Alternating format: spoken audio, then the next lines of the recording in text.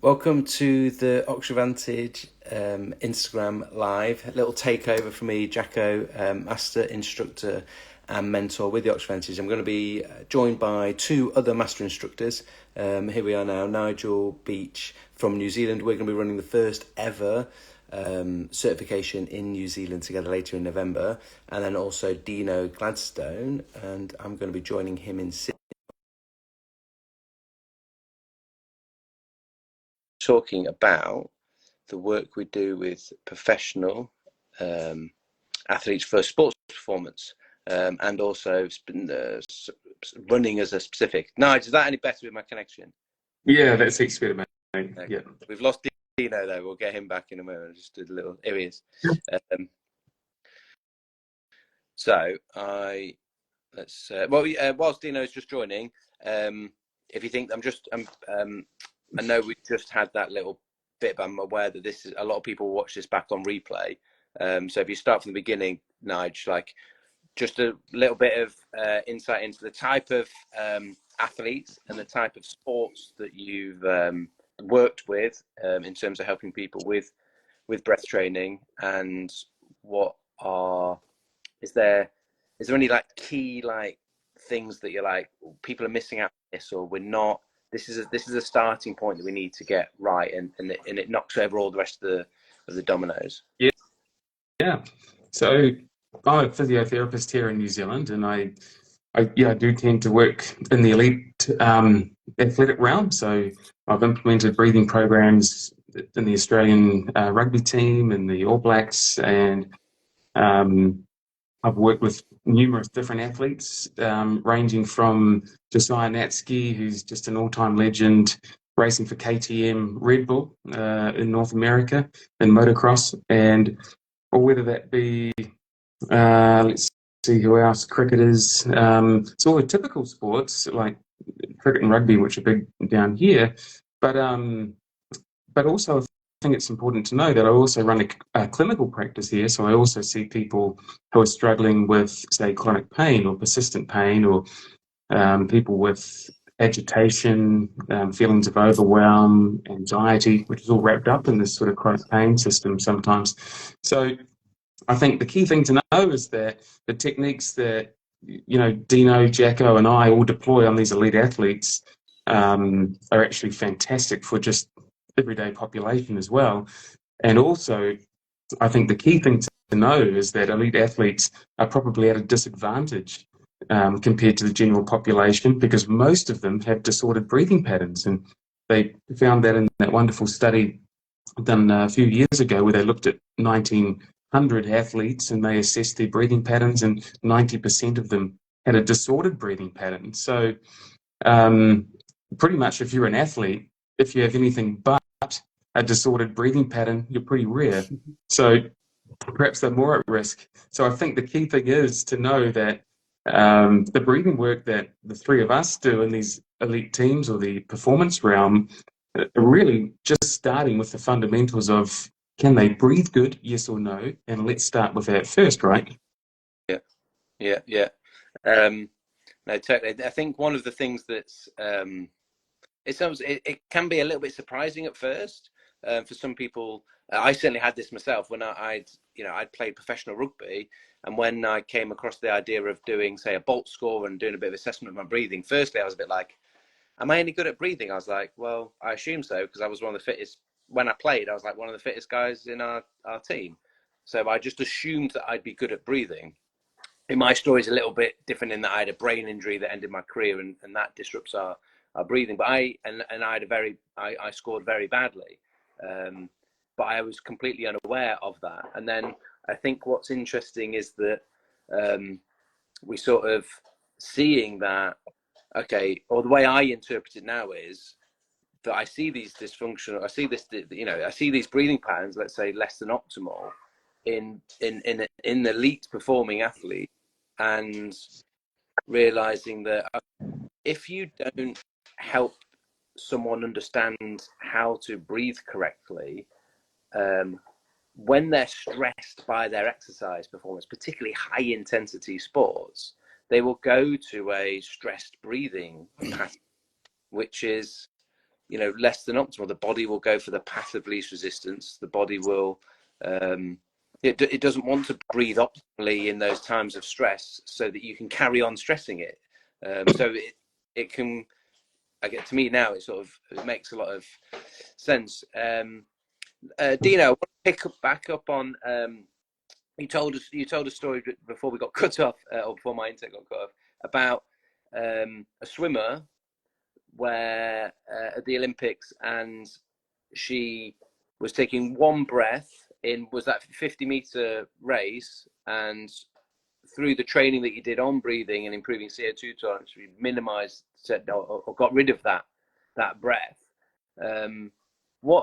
Because I guess a lot of the stuff that we might talk about, like the benefits of nasal breathing, etc., but you highlighted swimming, they're going to mouth breathe, or in that case not breathe.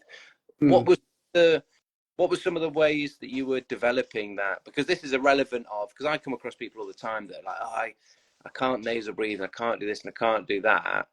Whereas with that swimmer, there's going to be certain things that it takes that out of the picture. It's like, it's got that nothing to do with that. So, there must be some advice here for people that are wanting to improve their breathing, where it's more than just, using your nose or using your mouth. Because if it was only, and that's all you had to tell everyone, just, the book would be one sentence long, and it would just say, shut your mouth, and that would be the end of the book. Yeah, there's a little bit more to it. So the key part is educating these athletes, and as you know, and as Nigel knows, they don't breathe better than some of the general population, and they don't actually understand physiology on that level, where we use oxygen to make energy. And like some other components of it, it's a little bit counterintuitive. Generally, we believe breathing more is better. And, as we delve further into it, and, there's probably some people who understand breathing here, so I won't go too far into it, but the education is key. So if they can understand what they're doing and why, I see more benefit for them doing it. If you just tell people to do stuff and they don't understand why they're doing it, it's the education as well as the training. Yeah.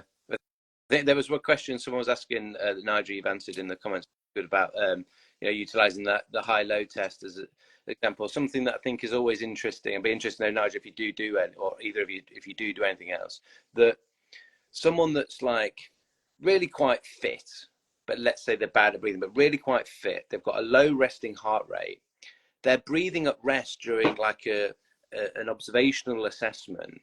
And also when you get someone to say, do put hands high and low, and that then automatically brings their attention to their breathing. And most people, they know you shouldn't just be bouncing your chest up and down. And at rest, someone's breathing could be, that sort of fit with that lower heart rate, could potentially be almost like you can't really see it. What I tend to try to do is, like, you're trying to do something with, like, let's see what your breathing is like after you've done a little sprint on the bike, or we've done a little bit of something, and or what's your breathing like when you walk through the door, before you've even realized that we're starting to get a visual assessment on you. You speaking to that a little bit, Nigel? Yeah, absolutely. You want to assess, that's the thing, like the high-low test is great to do, and that makes up one part of the assessment, but really you're looking to see someone's mechanical ability to ventilate, and that means, yes, at rest, but then what are they like under duress? And I'm sure you guys have seen people with maybe great Bolt scores, and then you do an MBT on them, and those scores aren't so good. Or I had one of the All Blacks in here a number of weeks ago, and what you do, you can look at his spirometry, so you can look and see what his maximum lung volume is. And this gentleman had 7 litres, a great, tidal volume, lung volume. And then you put him under duress, and like, this equipment's pretty fancy. Everyone doesn't need to have this stuff. But the interesting thing was, you take this elite level All Black and lung volume of 7 litres, but when he's exercising, he's only utilising 2.4 litres of that. And that was fascinating for me. So that means, in layman's terms, he's using that much of his lung when he's breathing, but he's got all that much. So he's only using that much. So how can he still exercise well, he has to increase his respiratory rate, and his respiratory rate was 44 breaths a minute. So there's only so long you can go for 44 breaths a minute. And you boys know the metabolic output is greatly increased when you're breathing through your mouth, and the high rep range of 44 breaths a minute, you're going to lose 46% more water. You're going to lose all the ability to have your diaphragm working as a spinal stabilizer. You're going to go into the tension up into the neck far quicker, and you're going to gas out. That metabo reflex is going to kick in, lose all the power from your legs. So, because the blood will literally shunt to your diaphragm to preserve life, right? So, yeah, you've got it. The key is looking at these athletes. Don't judge them as being elite just because the color of the shirt they're wearing or the whatever's on their chest, and let's do some real assessment to determine, can they breathe well. Yeah. Well, I think there's a lot of, the elite athletes, but just everybody that's involved in exercise, whether you're doing it for just your own health and well-being, or whether you're trying to do a PB in your next 10K or 5K race or something, like, we're looking for ways, and particularly in elite sport, we're looking at like those little 1%ers, and I find it funny. I guess I'm biased because it's what I do for a living. Like, I find it difficult to sort of take the pill of, like, breathing isn't a 1%er, in that something that highlights this a lot to people is going, what percentage, when Nigel's talking about like 44 breaths per minute, like breathing that fast, like you can't sustain that for, there's only a certain amount of time that you can sustain that for. How much energy and as Deano said, like, oxygen is needed to create energy. How much energy and how much oxygen is needed or going to the act of breathing whilst exercising at that high intensity? And I've seen some stuff quoted in and around like 25% of energy consumption during like a 5 or 10K run at a good pace is potentially going to your breathing muscles, not to your legs, and you're trying to run. And that's obviously going to be a higher number if you're less efficient at it, and it's going to be a lower number if you work on the efficiency of your breathing. And yes, there's a huge component of that will be efficiency from a mechanical perspective, but then I think what Oxygen Advantage has really brought to the forefront of sports performance is going, there is trainable elements to how well your body can extract oxygen from each breath, and how well we can get it into the muscles. And that's something that I've recently got the device called a Moxie, but it measures muscle oxygen saturation. And it's fascinating seeing, with some testing with some athletes, of going like, what is going on, not in the blood, what's going on in the muscle, the end point, like that's where it needs to get to. And being able to, this is where this stuff is going, and it's being able to show people that we're making a difference, not just on, oh, I feel a bit better, which is often like one of the feedbacks that's actually really good, like, I feel better, or I'm sleeping better, but going from an output perspective, like, you're spending less energy on breathing, so more energy is going to your working muscles, and we're delivering oxygen to those muscles through this, set of either techniques, protocols, or training with a purpose, and having an element of breathing driving that. And I think that's where I get super excited with this stuff, because it's brand new.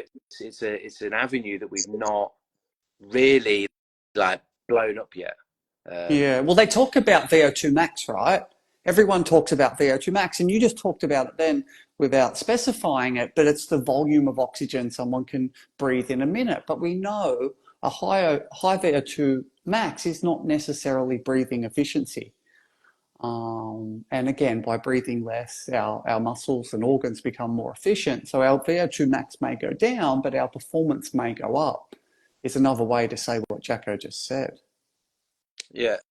There's a question here that would be useful to jump on for Maria, saying, is using the diaphragm easier when you're upright and running, as opposed to utilizing it when you're doing functional exercises, doing something in the gym basically, or not being upright? Is it more difficult? And we'll answer some specific questions on breathing for running, because that's a topic of discussion for the month. I just want to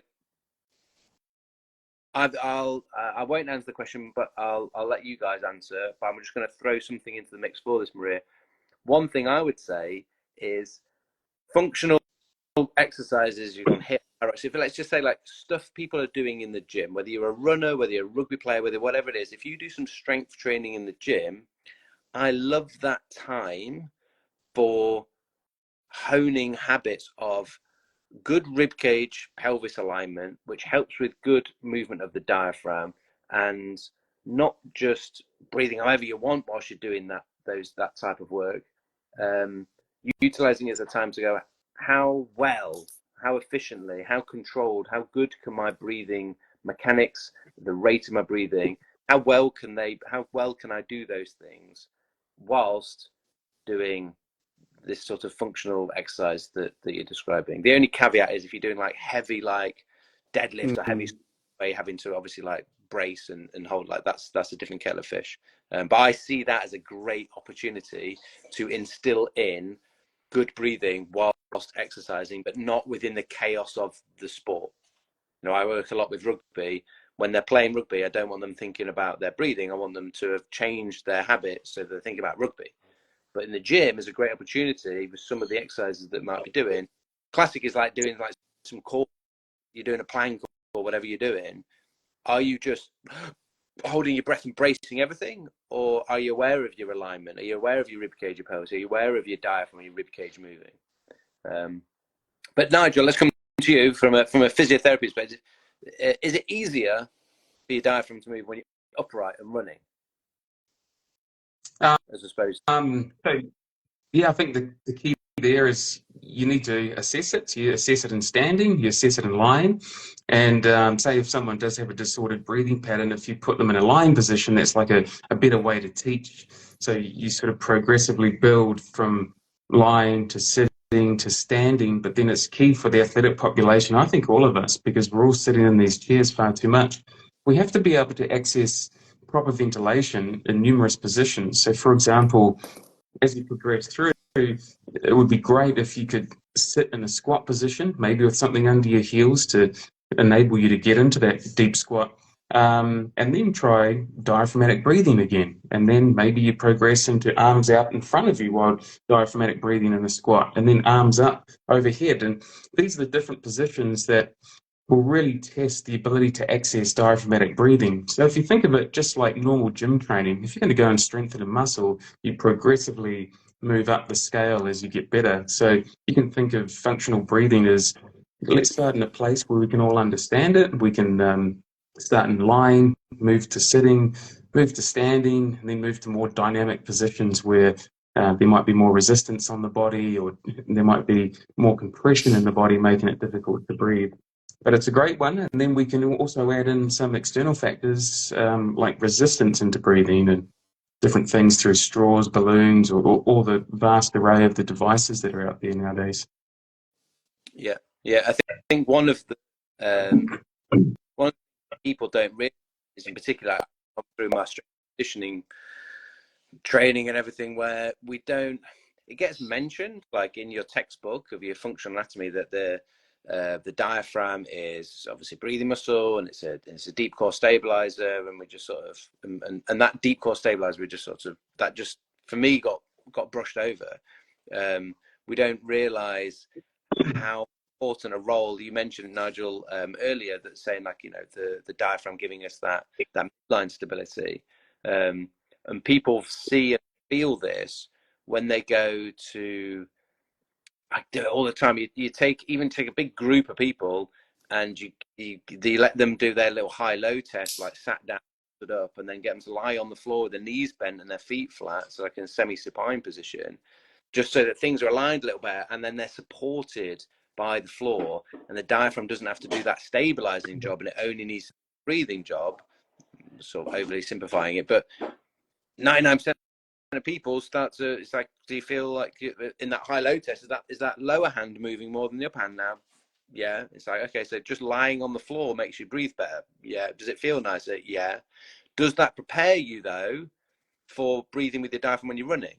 Well, no, because you've just took away the restriction, the constraint that was challenging thing, letting you feel it is a good starting point. But then, as Nigel says, like, we need to progress back up to being able to then breathe well during our sports, but then also breathe well during challenge. I think the running is a great example of this, where I personally used running to help me with my breathing. As I mentioned before, like breathing at rest, it's difficult to tell whether you're doing it right because it's so small. Whereas as soon as you start running, ventilation increases and you start to feel, oh gosh, yeah, actually, I'm just pumping my chest here. Whereas the nice thing about running is cyclical, just like breathing is cyclical. And if you just go out on a jog and you're not worried too much about pace and this, that, the other, and you just go out on an easy jog, you don't have to worry about the technique wise. You're not necessarily having to think about, no one's throwing a ball at you or no one's trying to tackle you, or, you know, there's no chaos. You're just running along. It lets you really hone in on what is my breathing like. So I'm interested. There's been a few questions. We'll answer some specific questions in a minute, but just moving the conversation towards running specifically, and happy either of you can start, like, work that you've done with runners, like some of the biggest wins that you've seen with runners. Yeah, I had a couple of points from before, and you talked about one of them, taking gravity out of the spine. And it's the intensity of the activity. So if you're, my training was sort of, Paul Check talked about, as we go over sort of 60% intensity, you're using your diaphragm as a core muscle. So no one's going to be able to diaphragmatically breathe doing functional movement at quite intense loads, or even sprinting. So yes, it's I guess understanding what people are doing. I guess the big one for me is seeing a lot of tightness, seeing if people can rotate or side bend their spine. I love getting people in yoga type twists or breathing clock style movements, some Feldenkrais work, and you can really quickly see how jammed up people are through this area. Some other things I'm seeing, people are doing a lot of planking and potentially too much core work in that maybe rectus abdominis area, too much over strengthening in the abs and the chest, the beach muscles. So it's just bringing balance into the individual. We've all done too many setups in the past, particularly when you're a lifeguard and you've got to have your shirt off all day. You've got to look right. Well, the swimming was actually bad for my posture, Jacko. So naturally, I'm a little bit kyphotic. So really, I'm trying to constantly work these muscles from here to here. But there was a disconnect through my rib cage, and I used to dip in my lumbar to get that extension through the spine, amongst other things. Yeah. But it's amazing now. I rarely get injured, or if I do get injured, I'm able to manage it. I don't go to the physio much, and it's, you know, I believe it's the sleeping better at night has just changed my life. I literally feel smarter, and yeah, I'm healthier. I get sick less, and I'm happier. Yeah. Hey, Dino, could I ask you a question, Jacko? Yeah, of course. Because a lot of this, a lot of the elite athlete realm, we're thinking about these athletes that have to go harder for longer. I work with a lot of pro golfers, and one who's just had 2 successes at big tournaments in a row, and it was all about down-regulating his system, getting him to. But you wouldn't think that golf is a sport that maybe breathing could be important in, but it is massively important. Those big putts. We know it. Totally. Right? So then I was going to ask you, Jacko. So it's all about remaining, you know, the ability to execute your skill set under pressure. Now, Dino, man, you're at the pointy tip of the spear. You're saving people's lives. You're in stressful, very dynamic situations, days in, days out, man. So I'm thinking, before you came into this breathing sphere, and then if you think of your lifeguarding days when you didn't have these tools, what have you seen in terms of difference to those situations? Have you noticed anything? Yeah, Nigel. So intuitively, as a lifeguard, you know you've got to remain calm in these vital situations, and quite often I talk about bringing someone back to life.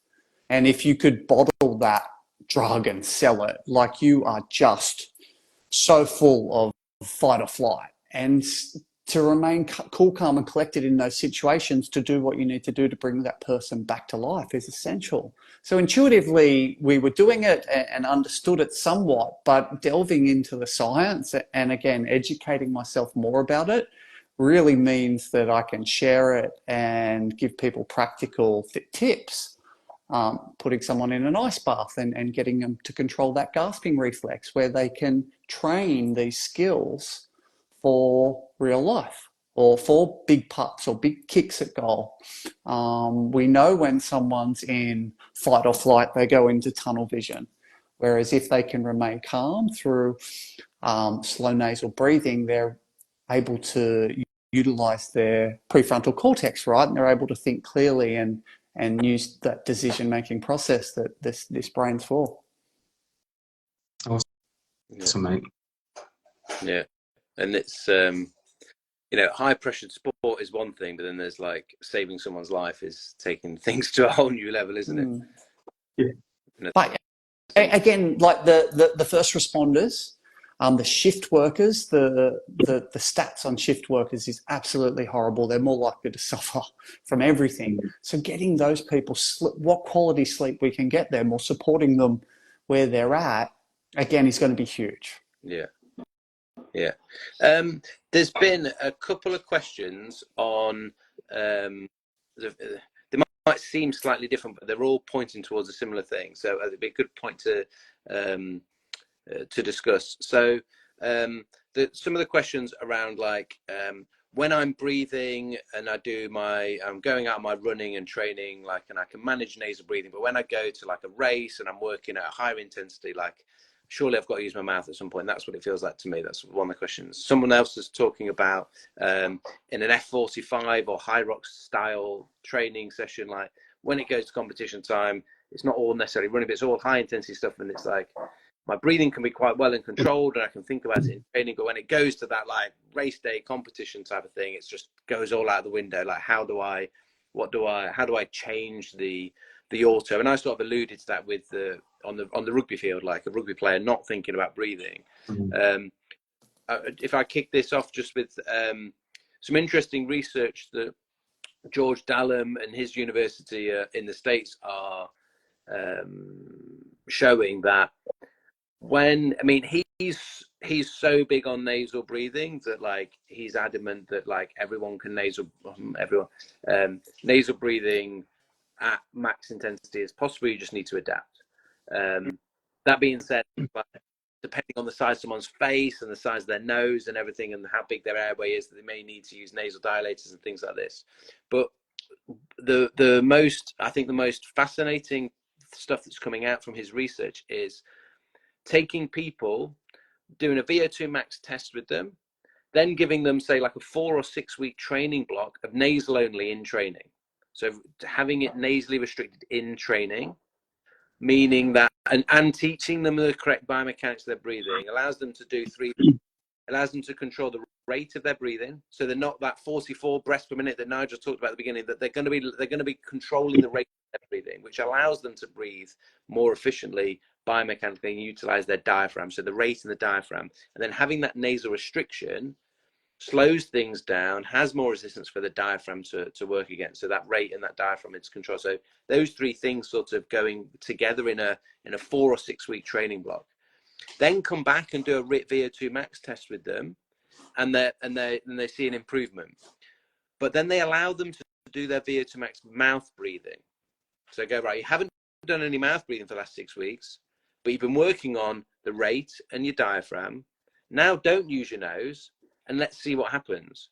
And what they're seeing is that they're still seeing an improvement, and really interesting seeing it, because what he's able to show is that they're extracting something like 25% more oxygen per breath when they're doing their nasally stuff with the diaphragm and control the rate.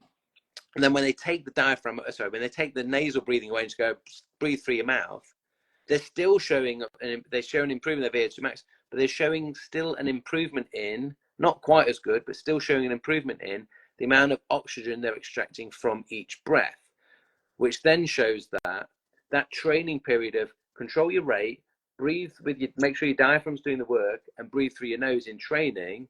When you then go into, if you're doing that truly, go then into your competition and let yourself mouth breathe. Your diaphragm is working, and you're better in control even when you're using the mouth. And I've got, like, N is one, but my first-hand experience of this, I'm doing some research at the moment, and I've been nasal breathing with my running for that long. I'm working on my diet. I've been working on it for so long that when I let myself mouth breathe to try and get a comparison, I'm still breathing really quite well, even when I use my mouth. And I can't do I wish I could go back in time and have a testing point when I was a bad mouth breather compared to now. And I think that is then highlighting that if someone is nasal breathing in their training, but then when they go into competition and they let themselves use their mouth and everything goes out the window, you're probably nasal breathing in training, but still with a really fast rate, still with bad breathing mechanics, and you're thinking that closing your mouth and using your nose is the solution, but you're not doing the work underground, like beneath, to try and get those improvements. It's, for some people, yes, go nasal, and they automatically use the diaphragm better, but not for everybody. Like, it's not as automatic and as simple as that. So that was my 2 pence worth. Yeah, yeah, that's exactly right. People think, like, how many times have I been asked to go into a team environment and they ask, what can they do on the field? What can we do in the moment? Or, that's kind of like saying, at the start line of a marathon, saying, hey, Dino, how do I breathe through this marathon? It's like, well, what you do, you turn around and you sign up for next year's one. Let's get to work, build those foundations.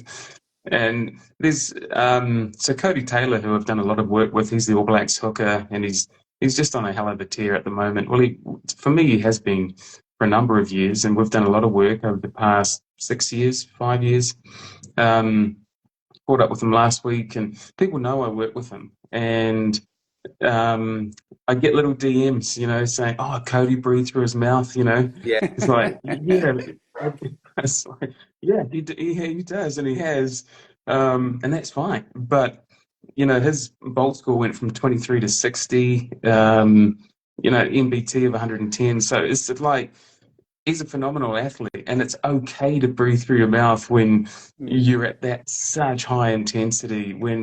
When you play elite level rugby, your oxygen saturation, when you're really gassed, it'll be like 91%. So yeah, you're allowed to take a few mouth breaths, So, but it's about, how do you train that foundation, and then also, how quickly can you bring back this normality? So, Cody will hate me talking about him, so I better not give him some secrets, better not give away his secrets, but there are certainly things on the field that he does in order to try and bring back some control. So for the F45 person, yeah, it's like, in the heat of the moment, don't expect to start doing your breathing training then. Make sure you have a component in your workout week which does focus on breathing training under duress, ideally. And then when you do your F45, there might be a couple of key conscious things you may think about, but don't think too much. It's kind of like, if someone is kind of like getting people to change their gait or change their walking pattern when they're walking. No, you don't do that. You set aside time to build mobility and capacity and motor patterning in a separate part, and then when they walk, everything should just get better, ideally. So it's the same with breathing, I believe. Yeah. Yeah, That's fascinating.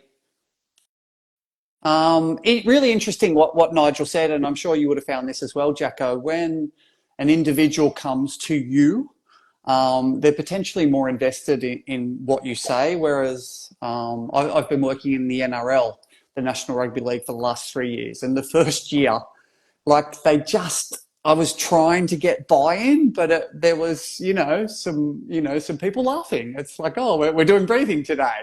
And I ultimately did a couple of little CO2 tolerant stuff to get their respect, and they were able to see some people were much better at it than others. So yeah, it's interesting working with a team or even working in the corporate sense where you're getting paid to present to them or like in Nigel's case or me working with Olympic swimmer Bronte Campbell, she sought me out because she had a goal.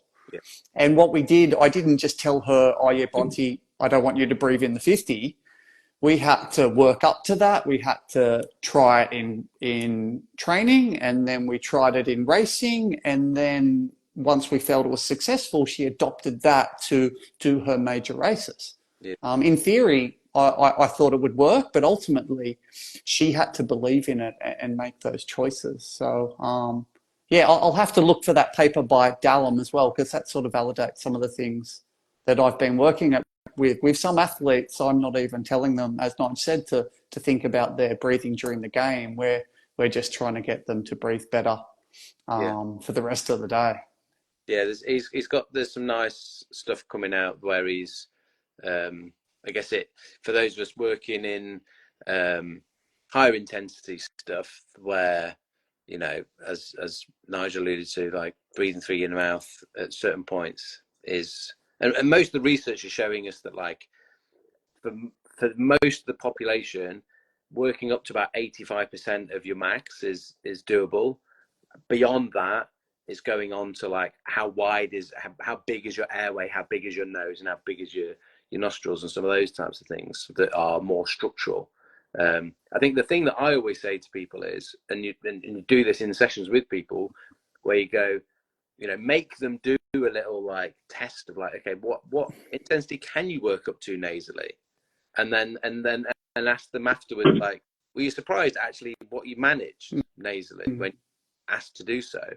And maybe giving a few like coaching, like tongue positions, huge for being able to like nasal breathe better, and asking the question, well, did you do more? Did you do a higher intensity you thought you'd be able to do? And it was like, yeah, I was actually really quite surprised. And I think that's with no training, you know, that's just by Not asking. only that as well, Jacko, they recover Yeah, differently, and it's tangible. They feel different. They don't feel as exhausted post-workout. And that's what Dallum did in the study. He educated those people by testing and retesting. And people sometimes need that data when they can see that. It's like, whoa, this actually really works much more. It's not a 1%er, right? It's working on multiple levels: sleep recovery, dehydration, minimizing of injury, and yeah, ability to think clearly. There's multiple percenters here across different levels. Yeah. And I think with just rounding off the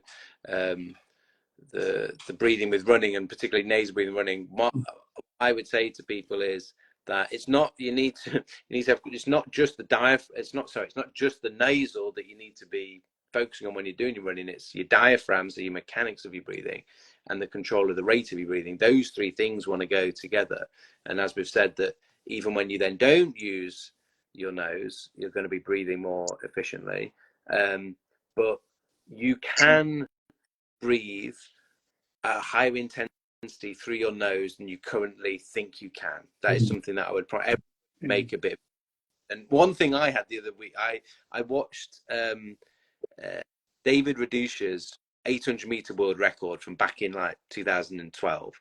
Rewatched it on YouTube, and he sets the world record for the 800 meters and does not open his mouth, and everyone else behind it, and he wins by an absolute country mile. It's like ridiculous. And I watched that, and I was like, okay, fair play. The dude's got a much wider like airway palate, better note. He's got those things better than me. But I was like watching him going like, what the hell? And so I was like, right, I went out on my next run, and I was going up this steep hill out in the mountains for me, and I was like, just said to myself, well, if he can do a bit, if he can do that, like, you can do a bit more. And I just did, because I literally like just believed that I could do a little bit more.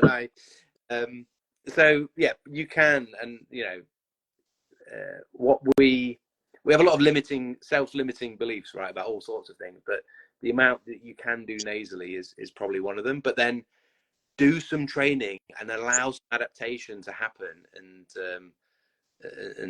you'll see some big, particularly if you find it difficult at the start. I mean, I couldn't run more than 50 meters when I started breathing through my nose. I got to the end of my road, and there was just snot pouring down into my mouth, and I was, this is horrendous. I was like, I just read the Oxford Vantage book. I was like, Patrick, this isn't easier. This is harder. Why are you making this harder for me? Like, if you're that type of person, there's a lot of adaptation needs to happen. It's going to be life. That's when it's going to be life changing. That's not a 1%er. That's going to change the whole game for you.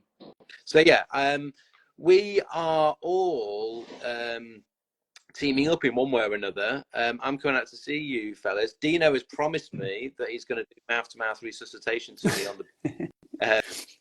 Well, if I have to, hopefully we don't have to. We're just going to bring you back to life. So yeah, I'm coming out to Sydney first, and then over to New Zealand for Nigel. Sydney is the 15th to 17th of November. Deano, is that right? Yeah, that's right. Friday the 15th. Quite exciting. I think we're going to have a couple of instructors popping along just to reset the course, which will be exciting. You know, the information as you're talking about these new studies, although it's thoroughly updated on the website, it's or the platform. People, just want to connect and go through the exercises, and really, that's the benefit of training face to face. You really get to feel it and witness it. Yeah.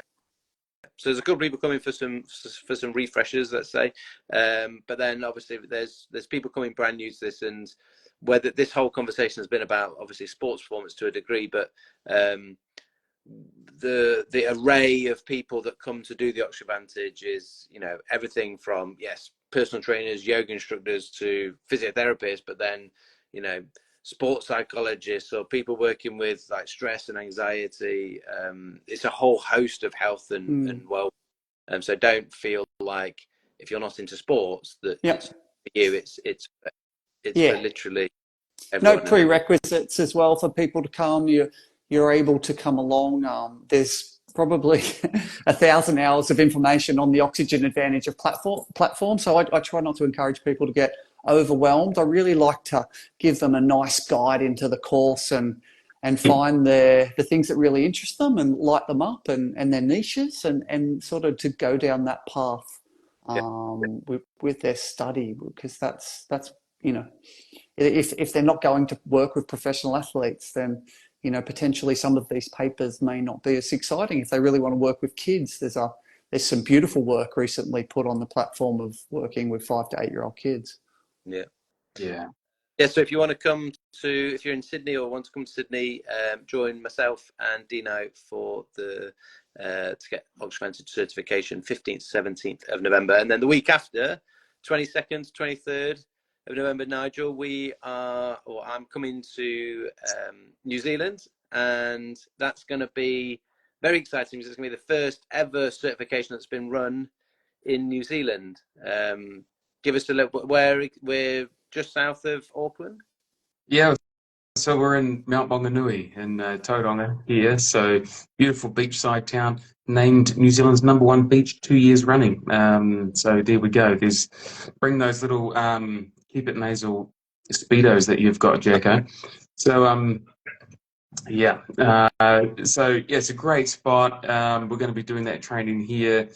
We don't run many of these, you know, so just the schedules get so jammed up, and so this really is an opportunity. And to have you over here too, Jacko, is just insane, mate. So I'm looking forward to that.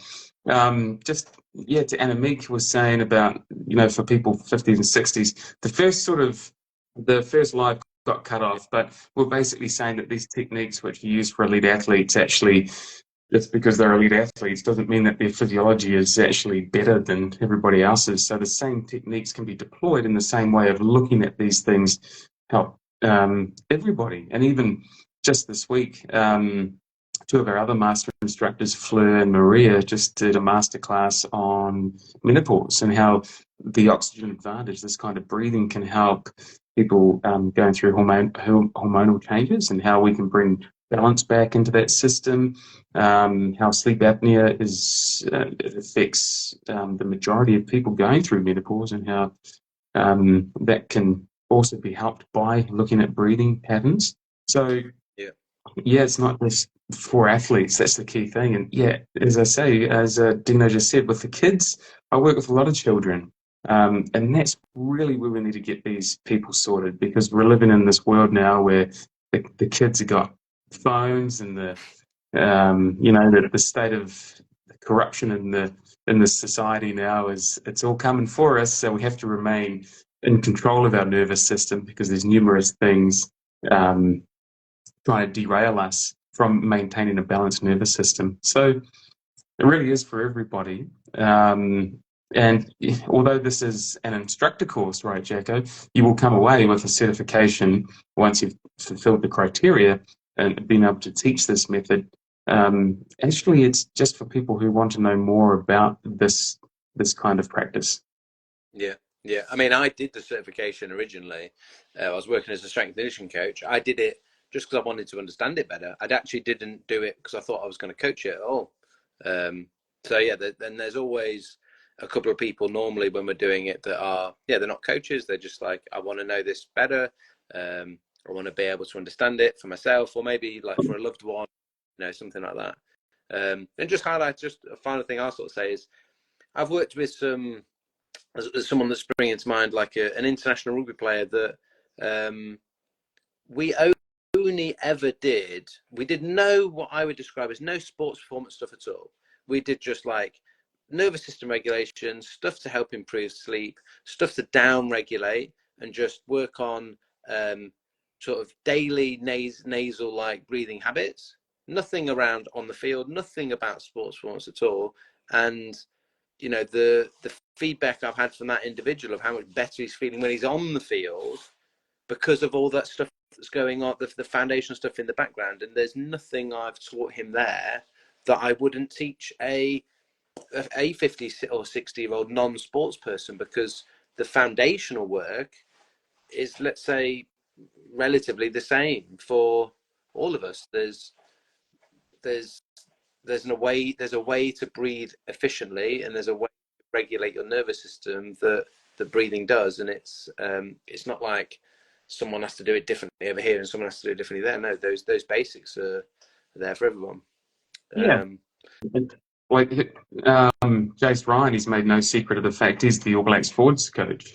He's been working with me this year to try and remain calm under pressure, and I met up with him last week, and numerous people have noticed in the box now he's just a different person. So, and he's a coach, but see, he's so proud of the fact that he can outdo a lot of his actual players, and so it's like these things. Really, elite sport that might get some people in the door, because we always look to Olympians, or for us down here, our All Blacks, to see what they're deploying in order to be the best. But in reality, these techniques are just so amazing for the general population, and that's why we need such diversity in the master instructors and the people telling the stories, because one person like Deano is going to connect with someone, I'm going to connect with someone, you're going to connect, Jacko, and hopefully they'll pull on those threads and discover more about the power of being in control of their physiology. Yeah. Beautiful. Thank you, Nigel. Thank you, Deano. Let's jump off. But yes, those two certifications, if you're interested in learning more about the Oxford Advantage and becoming certified, that deeper dive of education, there is Sydney, 15th to 17th of November, and then in New Zealand, the 22nd to 23rd. I think the link is in each of our profiles, or the links, if you go over to the Oxford Advantage website under international trainings, they are all there. Or if you have a question that you didn't want to ask publicly and you want to send either myself, so jacko.david.jackson, or Nigel or Deano, if you want to send us a DM after this live, then feel free to do that, and we'll answer any questions you have. Is that all right? So SRO, how can we sign up for the course? Nigel, yeah. So drop one of us a DM, and we'll send you the links to sign up. Cool. Thank you all for joining, and we'll see you soon. Take care. Thanks, Jacko. Thanks, everybody. Nice. Bye. See you, mate.